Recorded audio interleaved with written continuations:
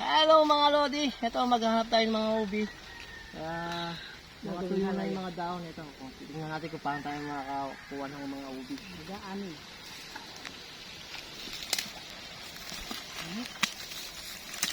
Ito. Dahon ay mga ano niya. Susundin mo lang yung ano niya, yung mga yung puno niya.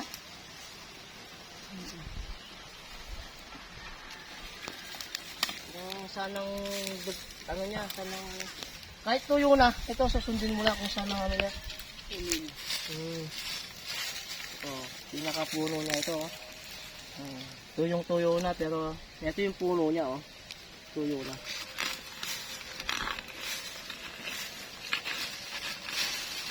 Punya oh. Parang malalim to. Ay ito oh. Ito.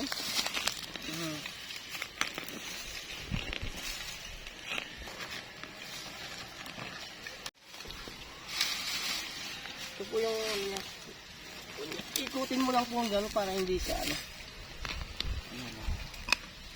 Ayun, naputol na po ito. Ito po siya oh. Ayan. Ayan po yung ubi oh.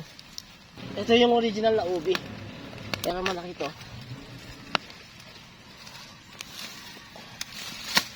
Mahirap po kain ah.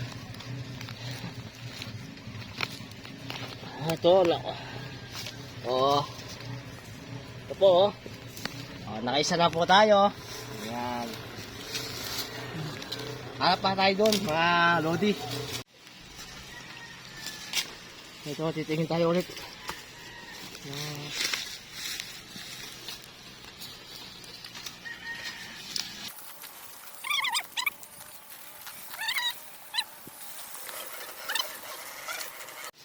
Mga ubi. Ay, mga bunga, oh. Ito, pwedeng itanim ito. Mag-ano dito. Dito, buhay pa. Pero titingin tayo dito, mga Lodi.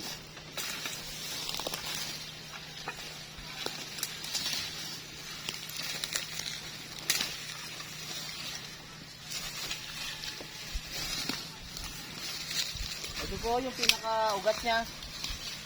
Ito yung pinaka-pun niya. Ito po oh. Ito yung pinaka-ano niya. Ito. Puno.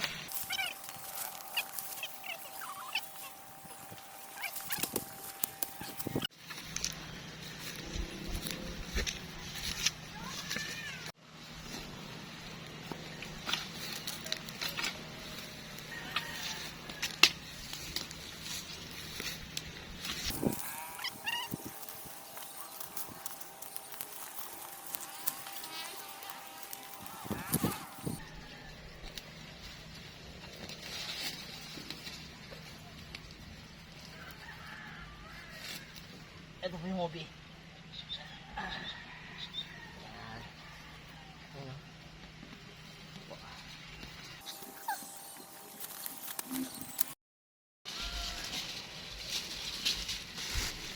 Ganito po mag-harvest ng ubi. Dito sa bukid.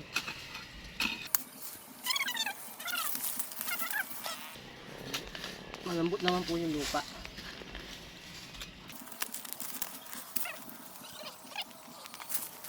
Yan. Kumain po niyo. Pero parang, ay.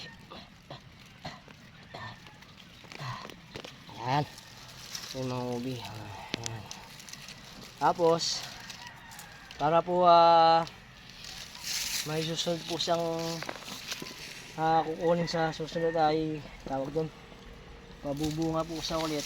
Ganito lang po ang gagawin. Anuin ko na lang po dito para may susunod po mabubuhay. Ayan. Ayan oh. Ubi po oh.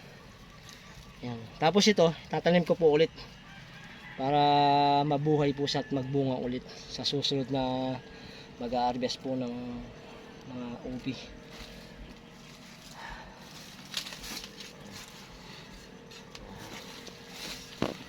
Ayan po.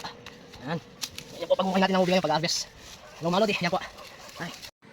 Ito mga Lodi, today's harvest almost nasa tansya ko, nasa 16 kilos dati to.